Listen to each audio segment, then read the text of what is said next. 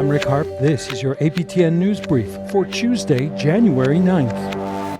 A Manitoba family is in shock and disbelief following news that the case against a man linked to the death of a loved one won't proceed.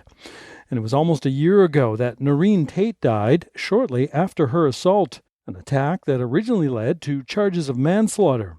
But as Sav Jonesa reports, now the case has been stayed against the accused due to a lack of evidence. Tait died in hospital 2 days after an assault in O-Pipon-Na-Piwin, Cree Nation, north of Winnipeg, left her with life-threatening injuries back in February 2023. At the press conference, her family shared news that the manslaughter charge against Philip Solier in her death has been stayed. This has reopened the wounds of our loss and has left us in a state of shock and disbelief. Her sister, Arla Tait Linklater, says the family was told in late November that the charge was stayed because there wasn't enough evidence. She calls on the public to share any information they may have on the events leading up to her sister's death. We believe that there are individuals who possess crucial information that could help shed light on this heinous crime, and we urge them to come forward and assist law enforcement in the pursuit of truth and justice. AMC Grand Chief Kathy Merrick was there to support the family. She says that cases like this often can't move forward due to a lack of participation from people involved. So to me, that's a conspiracy of silence in our First Nation communities when people do not come forth. And they have every right and they have a responsibility to come forth with something that they are very much aware of.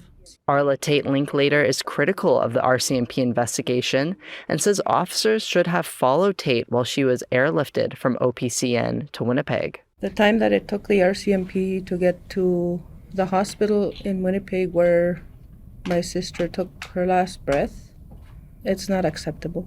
They should have been there. In an emailed statement, the RCMP said the injuries were reported to RCMP on February 19, 2023. Noreen Tait succumbed to those injuries on February 21, 2023. An arrest was made and charges were laid on March 6, 2023. Sav Jonesa, APTN National News, Winnipeg. To Edmonton, where police continue to move in on encampments in the city, 8 sites in all. And it was during a teardown of the 7th on Sunday when police discovered a body. With more, Chris Stewart. On Sunday, Edmonton police dismantled the 7th of 8 encampments they have deemed a public safety risk after a temporary court order gave them permission. Justice Kent Davidson gave them a temporary court order to do so 3 weeks ago. But he also said those moved must have shelter space available to go to. In a release, the city says they were informed by the province that there was enough shelter space for those who want it. The city says 20 structures and 15 people were removed. At this site, near 94th Street and 106th Avenue, the city statement said a body was discovered in a tent before police arrived. But police say the death doesn't appear criminal. There was also a propane tank explosion with no injuries reported. The city says the explosion and finding the body are not related. Temperatures have dropped sharply with lows well into the minus 30s this week. Jim Gurnett is a housing advocate and says that with this extreme weather, many of the people who have been displaced will not be in shelters and will be facing the elements without protection. People are going to be struggling to try to stay warm in a much more extreme setting than if we had just left them. It's really a nasty thing to do with this weather change. On Thursday, a hearing in an Edmonton court will determine if the Edmonton police can continue dismantling encampments. Chris Stewart, APTN National News, Edmonton. To Ontario, where First Nations-owned organization hopes privately sourced investment could help address urgent needs for on-reserve housing. Fraser Needham reports.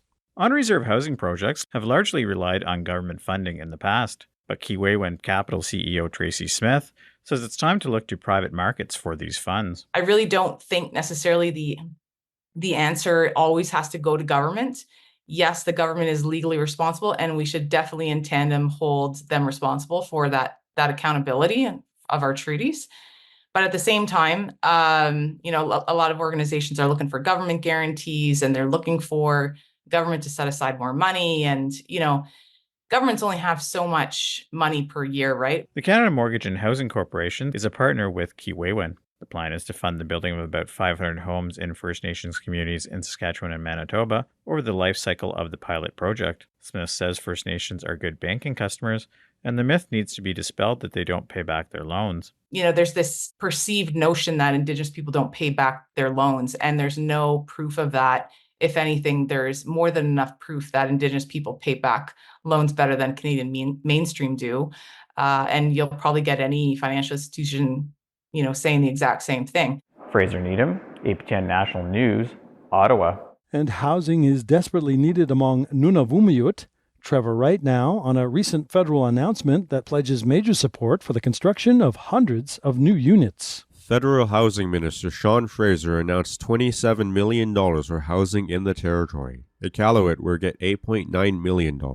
According to Fraser, this money will help lower costs and allow each community to adopt their own housing strategies. The value that we receive for these investments will make a meaningful difference, not simply by paying for the construction of new homes, but by changing the rules and practices around how homes get built.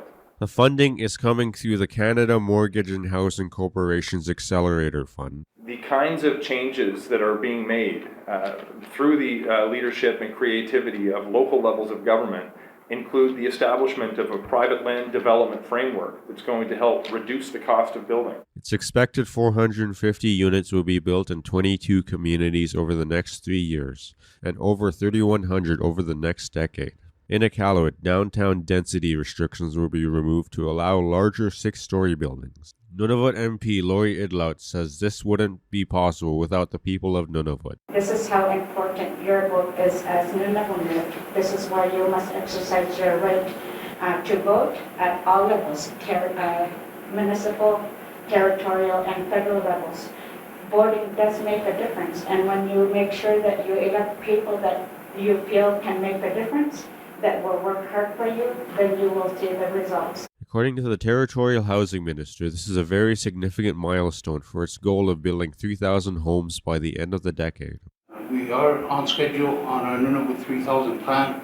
I believe we had a very significant meeting yesterday with the Minister, and moving forward, we look forward to more announcements like this to ensure that on the Nunavut have a safe environment so which that they can call their home. Fraser said more details will be unveiled once housing agreements with all 22 communities have been signed. Trevor Wright, APTN National News, Iqaluit. And that's your APTN News Brief for Tuesday, January 9th. I'm Rick Harp.